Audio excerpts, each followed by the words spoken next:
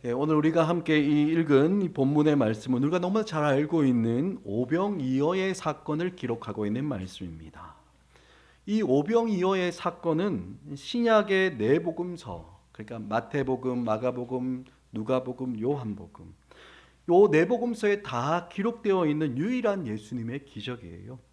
물론 이 네 복음서 안에는 예수님께서 행하신 여러 가지 일들이 기록되어 있습니다. 하지만 네 복음서들은 각각 그 의도가 있어서 예수님께서 행하신 모든 일을 전부 다 기록하고 있지는 않습니다. 그 복음서의 목적과 또 그 복음서가 말하고자 하는 그 이야기를 이제 부각시키기 위해서 그 필요에 따라서 어떤 사건은 기록하기도 하고 또 어떤 사건은 기록하지 않기도 합니다. 그래서 복음서들을 우리가 쭉 읽다 보면 같은 사건이 기록되어 있기도 하고 또 그 복음서만 다루고 있는 그 사건이 있기도 해요. 그런데 여러분, 이 네 복음서가 모두 다 기록하고 있는 사건은 딱 두 가지밖에 없는데 그 하나가 뭐겠습니까? 예수님께서 죽으시고 부활하신 그 사건 하나하고 또 다른 하나가 바로 오늘 이 본문에서 이야기하고 있는 이 오병이어의 사건입니다. 그러니까 이 오병이어의 사건은 우리가 많이 들어서 아주 익숙하기는 하지만 예수님의 행적을 기록하고 있는 이 네 복음서 모두가 다 기록하고 있을 정도로 뭐겠습니까? 아주 중요한 메시지를 담고 있는 사건이다, 이렇게 볼 수 있는 겁니다. 그래서 이 오병이어의 사건을 우리가 보고 있는 이 요한복음에 기록된 내용들과 함께 이 공간복음, 마태복음, 마가복음, 누가복음에서 기록한 내용을 다 함께 좀 보면서 묵상하면 그 의미를 좀 더 선명하게 묵상할 수 있을 것 같아요. 여러분, 오늘 우리가 함께 읽었던 본문을 읽었던 요한복음에서는 이 오병이어의 사건을 어떻게 시작합니까? 1절을 보시면요, 그 후에 예수께서 디베랴의 갈릴리 바다 건너편으로 가시매, 이렇게 시작하고 있습니다. 그러니까 여러분, 어떤 일이 있고 난 이후에 예수님께서 갈릴리 바다를 건너가신 것, 그것으로 나오고 있죠. 그런데 여러분, 다른 복음서를 보면 이 갈릴리 건너편으로 가시기 이전에 어떤 일이 있었는지를 정확하게 말씀하고 있어요. 누가복음 9장을 보면 예수님께서 12제자를 둘씩 짝지어서 하나님 나라를 전파하라고 전도 여행을 보내시는 장면이 오늘 본문 바로 앞에 나옵니다. 근데 여러분들도 잘 알고 계시겠지만 예수님께서 제자들을 전도 여행으로 보내실 때 여러분 어떻게 보내십니까? 여행을 위해서 아무것도 가지고 가지 말라, 그렇게 말씀하셨죠. 지팡이나 배낭이나 양식이나 돈이나 두보로 그거 가지고 가지 말라고 그렇게 하시면서 그들을 보내셨습니다. 물론 그렇게 전도 여행을 다녀온 제자들은 하나님의 그 큰 은혜와 능력이 임하는 것을 직접 보고 경험하면서 그렇게 돌아옵니다. 하지만 여러분, 그렇다고 해서 이 제자들이 피곤하지 않거나 힘들지 않은 것은 아니겠죠. 제자들이 아주 수고롭게 전도 여행을 마치고 돌아왔기 때문에 예수님은 그 제자들을 데리고 조금 쉬려고 갈릴리 바다 건너편에 있는 베다니 지역으로 가신 겁니다. 제자들을 좀 쉬게 하시려고. 그런데 여러분, 그곳에 가보니까 사람들이 이걸 어떻게 알았는지 이미 그 큰 무리가, 수많은 무리가 따라와서 그 빈들에 다 모여 앉아 있는 겁니다. 그 수가 얼마 되었느냐면 오늘 본문의 10절을 보면 사람들이 앉으니 그 수가 5,000명이 되었더라라고 이렇게 기록하고 있죠. 그런데 여러분, 또 다른 복음서를 보면 그 5,000명이 어떤 사람이냐, 남자가 한 5,000명 되었다라고 기록하고 있는 겁니다. 여러분, 당시 사람들의 수를 셀 때는 남자만 딱 세웠으니까 여러분, 여자와 어린아이들까지 다 포함하면 그보다 훨씬 더 많은 수의 사람들이 그 안에 있었을 거다라고 생각합니다. 그래서 학자들은 그곳에 모인 사람들은 대략 해서 한 2만 명 정도 되었다라고 이렇게 추산하는데, 여러분 2만 명 한번 보신 적이 있습니까? 그 수가 어마어마합니다. 어마어마한 수죠. 그러니 여러분, 예수님과 제자들은 쉬러 갔는데 쉬지를 못하시는 거예요. 쉬지도 못하시고 또다시 그들을 다 맞아주시고 영접하시고 하나님 나라의 일들을 이야기하시면서 또 병든 자들을 다 고쳐주시는 그런 사역을 계속해서 이어가고 있었던 겁니다.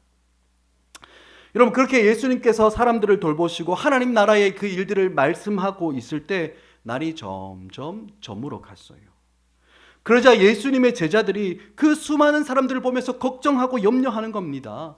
누가복음을 보면 날이 저물어 저녁이 되니까 사람들에게 먹을 것도 있어야 되겠고 또 잠도 자야 하니까 이쯤에서 예수님이 사역을 좀 마무리하시고 사람들을 다 마을로 돌려보내셔서 먹을 것과 잠잘 곳을 찾을 수 있도록 제자들이 예수님께 이제 이 무리들 좀 보내주시죠. 이제 여기서 좀 끝마치시죠. 이렇게 요청한 거예요.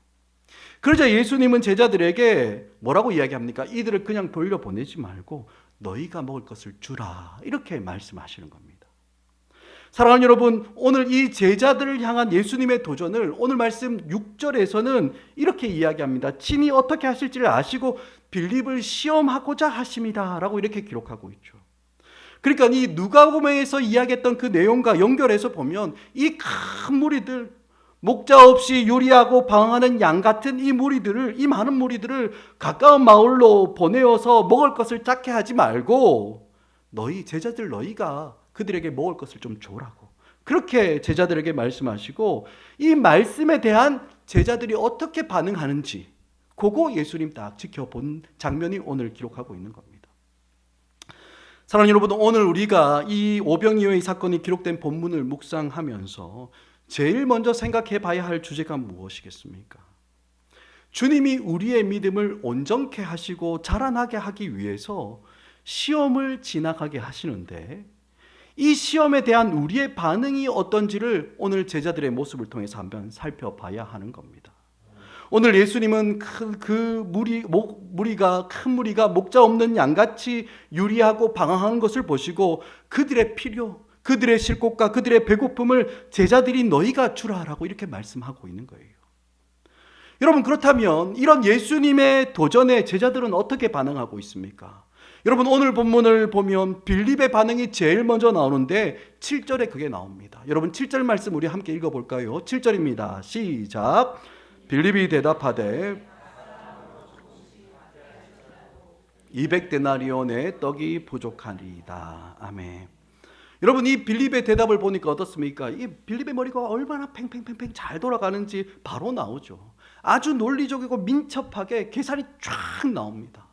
여기 앉아있는 사람이 한 2만 명쯤 되니까 이 사람들에게 빵 하나씩 나눠준다고 하면 몇 개가 필요합니까? 2만 개가 필요하지 않겠습니까? 그죠?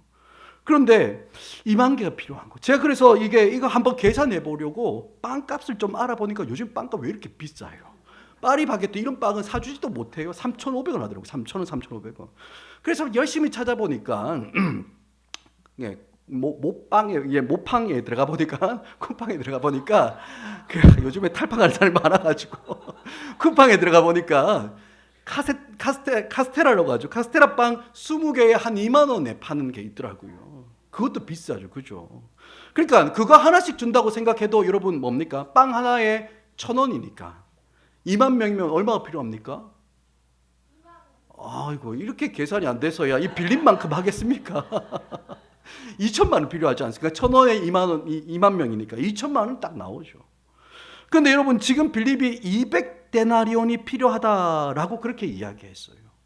여러분, 한 데나리온이 노동자 한 사람의 하루 품삯인 거 여러분 아실 겁니다. 그러니까 200데나리온이니까 어느 정도 됩니까? 요즘 시세로 하면 이제 하루 일당 한 10만 원 정도로 잡고 곱하기 200 하면 얼마 나옵니까? 딱 2천만 원 딱 떨어지죠. 그죠? 이 빌립의 머리가 한눈에 딱 보고 이게 확 계산되는 겁니다. 아주 비싼 겁니다. 저 아무리 생각해도 잘 안 나올 텐데. 한눈에 싹 보니까 계산이 딱 떨어지는 거예요. 예수님이 너희가 먹을 것을 주라라고 이렇게 말씀하시니까 곧바로 빌립의 머리가 착착착 돌아가면서 예수님이 이 사람들을 다 먹이려면 최소한 2천만 원이 있어야 되는데 우리에게 그만한 돈이 어디 있겠습니까? 하고 이렇게 반문하고 있는 것이 이 빌립의 반응입니다. 예수님은 그 빈들에 모여있는 큰 무리들이 목자 없이 요리하고 방황하는 양들처럼 보시며 제자들에게 너희들이 이들의 필요를 공급해주고 그냥 내버려 두지 말라고 말씀하시는데 빌립이 선뜻 나서서 주님, 아이고 우리도 정말 주고 싶어요. 우리도 정말 있는 거 다 주고 싶은데 그 많은 돈을, 그 많은 빵을 여러분 주님 우리가 어디서 구합니까? 우리에게 돈이 없어서 이 일을 못합니다. 불가능합니다. 여러분, 이렇게 반응하고 있는 겁니다. 여러분, 이것이 첫 번째 반응입니다. 그리고 그 다음에 나오는 두 번째 반응 한번 보십시오. 8절과 9절인데 8절과 9절 말씀 우리 함께 이어서 읽습니다. 시작. 제자 중 하나 곧 시몬의 여기에 한 아이가 있어 보리떡 5개와 물고기 2마리를 가지고 있나이다. 그러나 그것이 이 많은 사람에게 얼마나 되겠사옵나이까. 그죠? 여러분, 시몬 베드로의 형제 안드레 여러분 어떻게 반응합니까? 한 아이를 데리고 와요. 아마 그 아이가 아주 어린 아이, 우리로 치면 뭡니까? 한 예준이 정도 되지 않았을까 생각되는데, 그 아이가 가지고 자기가 먹으려고 딱 가지고 있었던 이 보리떡 5개와 물고기 2마리를 예수님 앞에 딱 내어놓으면서, 주님, 이 겨우 이 정도 가지고 어떻게 이 많은 사람을 먹일 수 있겠습니까? 하며 예수님께 반문하는 겁니다.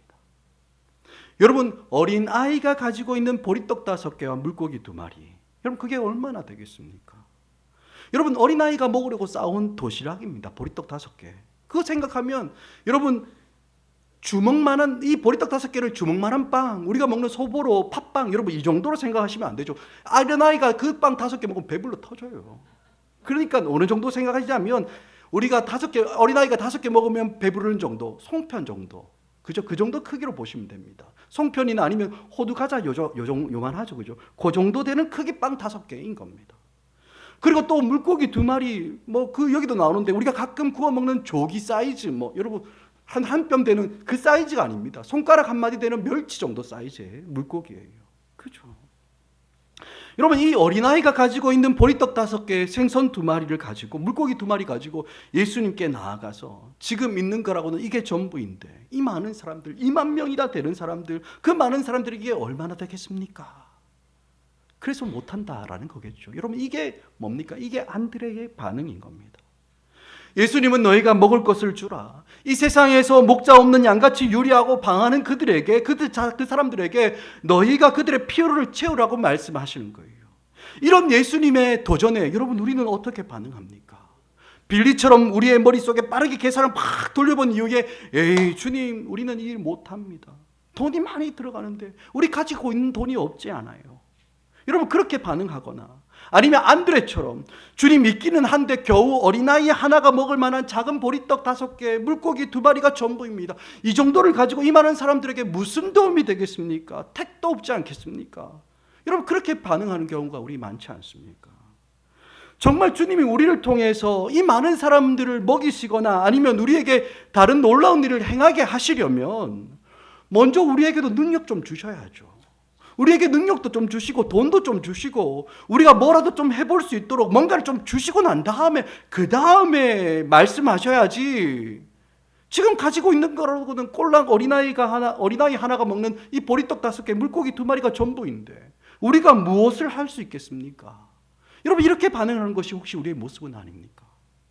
사랑하는 여러분, 오늘도 주님은 아직 예수님을 만나지 못한 이 세상 사람들을 향해서 그들을 바라보시며 우리에게 너희가 그들의 먹을 것을 공급하고 너희가 그들의 필요를 공급해야 되는 너무나 중요한 나의 도구들이다. 그러니 너희가 목자 없는 양같이 유리하고 방하는 그들에게, 그들을 불쌍히 여기고 긍휼히 여기면서 그들에게 먹을 것을 주고 그들의 필요를 채우고 그들을 도우라고 그렇게 말씀하시는데, 여러분, 우리는 어떻게 반응하고 있습니까? 우리의 빠른 머리, 똑똑한 머리를 가지고 상을 쫙 분석하고 계산해서 주님, 그렇게 하면 우리에게 이런 게 있어야 하는데, 아이고 주님, 우리에게 무리입니다. 우리는 할 수 없어요. 그렇게 반응하면서 눈을 다른 곳으로 돌려버리고 있지는 않습니까? 아니면 주님, 우리가 그 일을 감당하기에 능력이 없습니다. 가진 것이 또 적고 능력이 없어요 하면서 그냥 쓱 지나쳐버리고 있지는 않습니까? 사랑하는 여러분, 우리 예수님이 우리에게 진짜 원하는 게 뭐겠습니까? 주님이 우리에게 원하는 것은 주님이 가졌던 그 마음, 유리하고 방황하면서 그 먼 곳까지 쫓아왔던 그 수많은 사람들의 형편, 분명한 필요를 가지고 있지만 공급함이 없는 그들의 상황을 주님의 마음으로, 목자의 심령을 가지고 안타까워하면서, 비록 우리에게 가진 것도 없고 능력이 부족하지만 기꺼이 자신을 내어드리고 헌신하기를 여러분, 주님은 우리에게 바라고 계시는 겁니다. 그런데 우리는 너희가 먹을 것을 주라는 그 주님의 말씀을 듣고 상황을 분석하고 끝내버리려고 하는 거예요. 빵이라도 하나 사 먹으려면 적어도 2천만 원은 필요하고 있어서 보이는데, 아이고 우리에게 그런 돈이 어디 있습니까 하고 그렇게 포기해버리고 말고 있지는 않습니까? 여러분 오늘 이 제자들은 여러분 어떤 사람입니까? 제가 처음 말씀드렸던 것처럼 조금 전까지 지팡이도 없이 배낭이나 양식이나 돈은 물론이고 갈아입을 여벌의 옷 한 벌 없이 전도 여행을 다녀오면서 하나님의 그 놀라운 역사하심을 경험하고 온 사람들이에요. 이제 막 여러분 그런데도 어떻습니까? 주님께서 새로운 도전을 딱 주실 때 방금 전에 다녀온 그 전도 여행에서 주님께서 도우시고 책임지셨던 그 기억들을, 그 역사들을 기억하면서 그 놀라운 주님의 일하심을 지금 그들의 삶에 적용하며 믿음으로 반응하고 있지를 못하고 있는 거예요. 그렇게 반응하지를 못하는 겁니다. 어느 순간 주님을 바라보고 신뢰하던 그 믿음이 다시 저 밑바닥으로 떨어져 버리고 마는 거예요. 정말 주님께서 가르쳐 주시고 경험하게 하셨던 것을 기억하면서 믿음을 잘 사용하고 있지를 못하는 겁니다. 범사에 모든 일에 주님을 인정하지 못하는 거예요. 그러니 또 다른 그 믿음의 도전들이 눈앞에 딱 다가올 때 여러분 늘 무엇부터 생각하는 겁니까? 주님의 일하심 기억하지도 못합니다. 생각하지도 못하고 자기들에게 돈이 없고 떡이 없고 자원이 없는 것만 생각하는 거예요.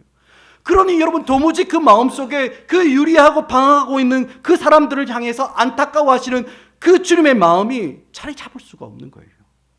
오히려 어떻게 합니까? 차갑고 냉정하게 분석을 착 하면서 머릿속으로 착 먼저 돌리고 자기중심적이고 이기적인 마음 따라 그냥 쓱 지나쳐버리고 마는 겁니다. 하지만 사랑하는 여러분, 우리 주님이 우리의 부족함, 우리의 결핍, 우리가 없는 거 더 잘 아시는 분이지 않겠습니까? 우리 앞에 놓여있는 문제는 너무나 큰데 우리의 능력으로는 그 문제를 해결할 수 없다는 거 여러분 우리보다 우리 주님이 더 잘 알고 계시잖아요. 하지만 여러분 그런데도 주님은 너희가 먹을 것을 주라고 목자 없는 양같이 유리하고 방황하는 저 무리들을 절대로 그냥 돌려보내지 말라고 그렇게 주님 말씀하시는 겁니다. 여러분 그렇다면 정말 우리 주님께서 우리에게 원하시는 것이 무엇이겠습니까? 이 무리들을 보시고 안타까워하시고 불쌍히 여기시는 그 주님의 마음을 알고 그 주님의 마음을 그 마음에 우리의 마음과 우리의 중심을 탁 드리는 그런 헌신을 기대하고 원하시는 겁니다. 여러분 오늘 본문을 보시기 바랍니다. 안드레에게 이 어린 아이가 가지고 있는 작은 보리떡 5개와 물고기 2마리가 이 큰 무리를 먹이는데 도대체 무슨 도움이 되겠습니까? 하고 가지고 왔던 그거, 아무것도 아닌 그거, 여러분 예수님께서 그 손에 딱 드셨습니다. 그리고 그것을 축사하신 후에 떼어주기 시작하니까 여러분 어떻게 됩니까? 수많은 사람들의 원대로 다 주셨을 뿐만 아니라 사람들이 다 배불리 먹고도 12바구니가 남는 그 놀랍게 채워지는 그 역사, 여러분 그 역사가 일어난 줄 여러분 믿으시기 바랍니다. 여러분 정말 믿으시기 바라요. 여러분 그런데 제가 이 일을 믿으라고 이야기를 했는데 여러분 이게 진짜 믿어지십니까? 대단한 믿음입니다. 그죠? 예수님의 손에 들리니까 어린 아이 하나가 먹으려고 가져왔던 그 작은 보리떡 5개와 물고기 2마리, 여러분 그 큰 무리들을 배불리 먹고도 남은 이 일, 여러분 정말 믿겨지십니까? 사실 수많은 사람들이 이 오병이어의 사건을 그대로 믿지를 못해요. 여러분 왜 그렇습니까? 말이 안 되지 않습니까? 일단 말이 안 되지 않습니까? 이 작은 땅이라도 5개 이게 있으니까 이거 1번, 2번, 3번, 5번 나눠주면 다 끝까지 나야 되는데 이게 떼어지고 한 2만 번 이상 떼어줬겠죠. 말이 안 되지 않습니까? 여러분 그래서 이 본문을 아주 합리적이고도 또 감동적으로 해석하는 사람들도 있어요. 여러분 그거 어떻게 해석하냐 하면 어린아이가 자기의 도시락을 딱 꺼내는 걸 보니까 이 어른들이 너무 부끄러워졌다는 거예요. 그래서 어른들이 자기 혼자 몰래 먹으려고 꼽을 쳐놓던 거 그거 도시락 다 꺼내서 함께 나누어 먹었더니 다 같이 배불리 먹고도 음식이 12바구니나 남았다라고 여러분 이렇게 해석하는 겁니다. 여러분 이런 해석이 얼마나 교훈적입니까? 얼마나 감동적이에요. 작은 어린아이의 행실 하나가 다른 사람들에게 도전이 되어서 변화를 이끌어내었다. 여러분 참 감동적인 스토리고 좋은 해석처럼 보이기도 합니다. 또 다른 해석도 있어요. 예수님께서 어린아이가 내어놓은 이 보리떡 5개와 물고기 이 2마리를 나누어 주시는데 어떻게 나누셨냐? 마치 우리가 성찬식 할 때 빵 어떻게 먹고 요만한 거 먹지 않습니까? 그렇죠? 조그만 떡 조각으로 이렇게 나누어서 예수님이 2만 조각을 나누어서 이렇게 먹었다는 겁니다. 그거에 더 믿기 어려운 것 같아요. 그래서 사람들이 실제로 먹고 배부른 것이 아니라 영적으로 배가 불렀다라고 이렇게 해석하는 사람들도 있습니다. 여러분, 제가 이 말씀을 준비하면서 이렇게 해석하는 주석들이나 강해설을 보면서 속이 부글부글 끓어올랐습니다. 여러분, 저는 절대로 그런 해석 받을 수가 없어요. 아무리 탁월한 주석가들과 이 설교자들의 해석이라 하더라도 저는 절대로 이 말에 동의할 수가 없습니다. 사랑하는 여러분, 오늘 이 본문이 우리에게 말하고자 하는 것이 무엇입니까? 아무리 작은 보리떡 5개와 물고기 2마리이지만 목자의 심령을 가진 우리 예수님의 손에 딱 붙들려서 뜯어지기 시작하니까 수많은 사람들이 다 먹고도 배불리 먹고도 남았다라는 거, 여러분, 이것이 정확한 오늘의 본문의 내용인 겁니다. 사랑하는 여러분, 주님 손에 붙들리면 아무리 능력이 없고 부족한 사람이라도 주님의 그 일하심 가운데 귀하게 쓰임받을 수 있는 거예요. 주님이 기뻐하시는 사람들은 작은 자냐 큰 자냐, 여러분, 그것에 상관이 없는 겁니다.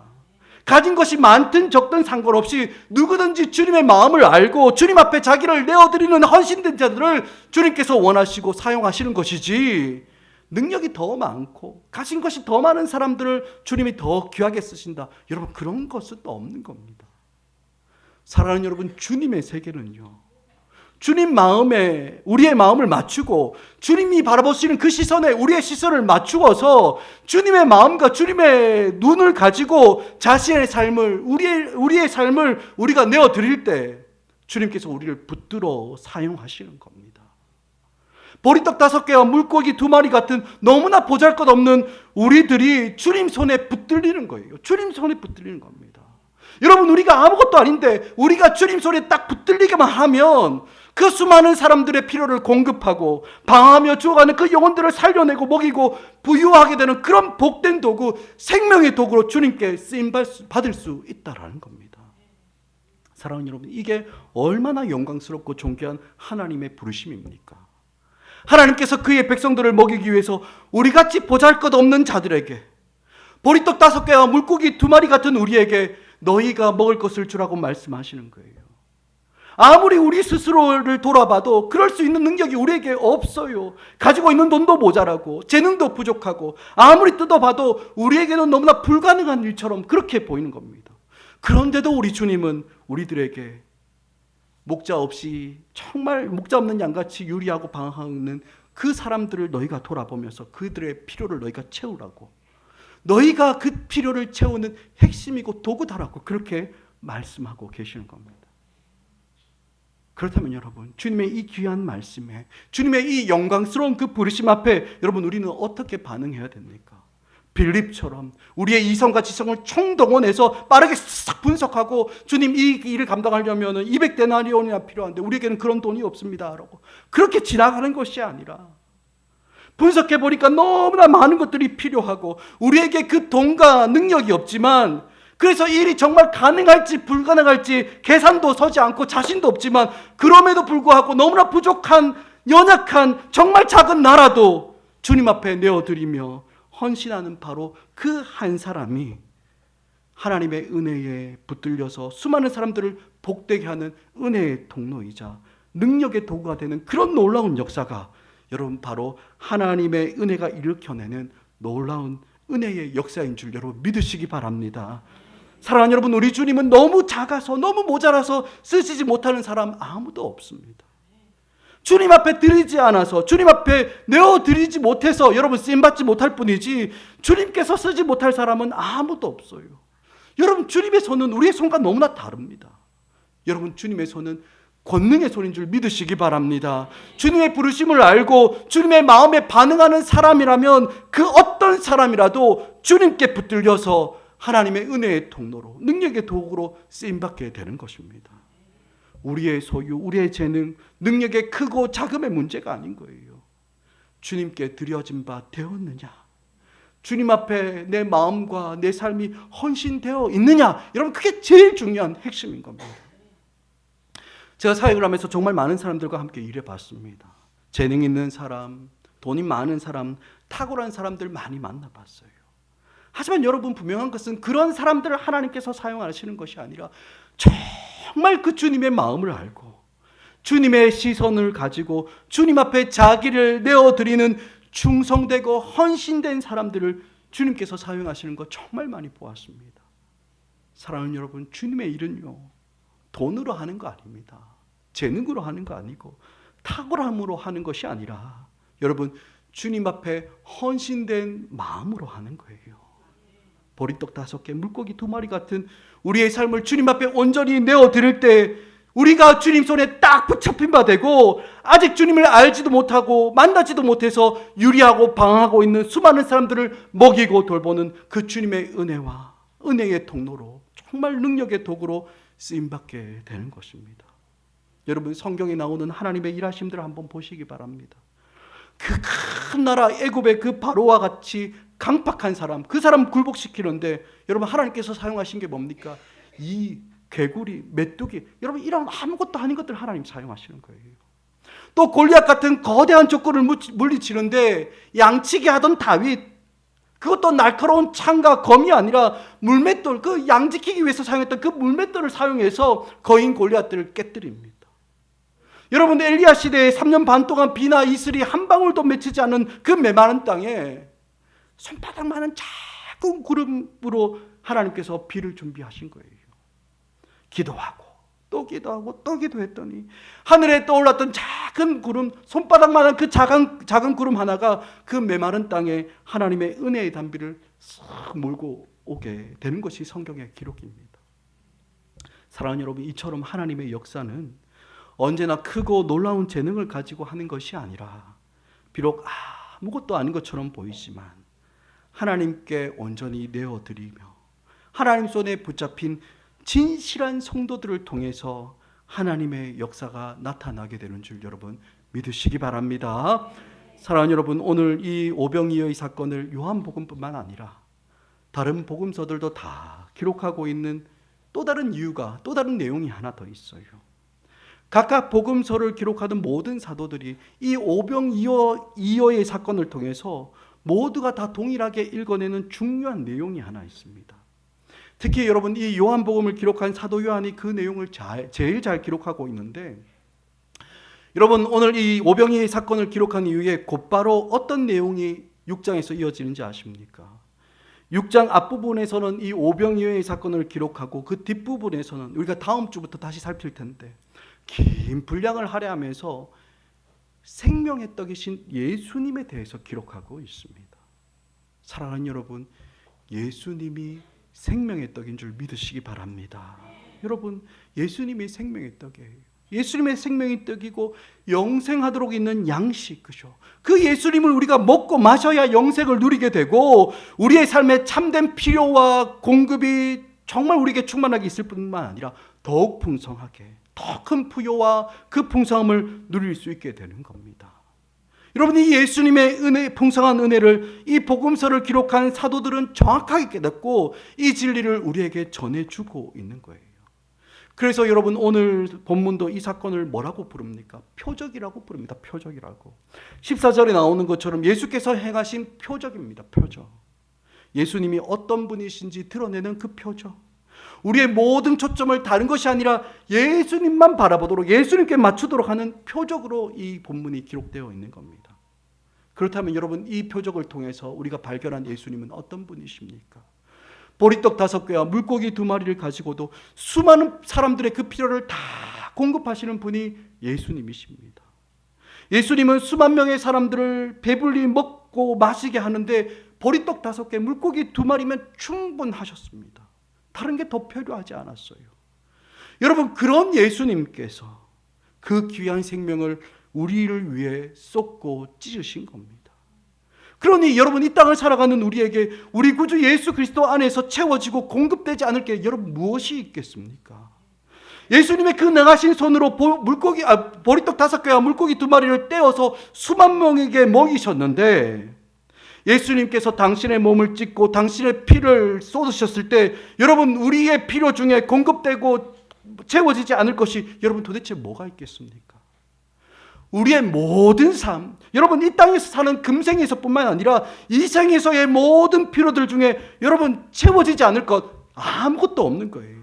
생명의 떡이신 예수님을 먹고 마시는 우리에게 그저 이 세상을 살아가는 동안에만 우리의 필요를 공급되고 마는 것이 아니라 여러분, 이것과는 비교할 수 없이 더욱 풍성한 영생과 영혼의 부요함을 우리 주님께서 공급해 주시는 거예요.